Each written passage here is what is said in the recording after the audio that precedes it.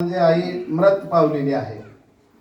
बाबासाहेबांनी लिहिलेला बुद्ध आणि त्याचा धम्म हा ग्रंथ वाचत असताना बाबासाहेबांचे एक वाक्य मला आठवलं. बाबासाहेब असं म्हणतात, बुद्ध म्हणतात, माझा आणि मेलेल्या माणसाचा काहीही संबंध नाही.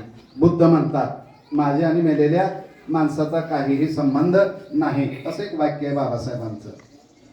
तरीही मृत्यूच्या नंतर जे कोणी आपल्या कुटुंबामध्ये आपल्याला सोडून जातात त्यांचं पुण्यस्मरण होणं यालाही थोडंसं महत्व आहे. पण मृत्यू ही जी थिअरी आहे बुद्ध तत्वज्ञानामध्ये, त्या थिअरीचा जेव्हा तुम्ही आम्ही बौद्ध साहित्यामध्ये अभ्यास करतो, इतका आशय मोठा, इतका व्यापक आशय आहे, त्याला वेगवेगळे पदर आहेत.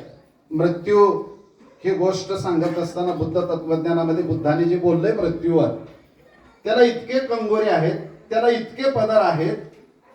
त्या सगळ्यांचा जेव्हा तुम्ही आम्ही अभ्यास करतो तेव्हा बुद्धाने मृत्यू नक्की सांगितलाय.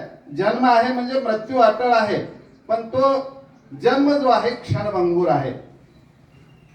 आणि मग हे सगळं सांगत असताना मृत्यूच्या नावाने बुद्ध आपल्याला भीती दाखवत नाहीत,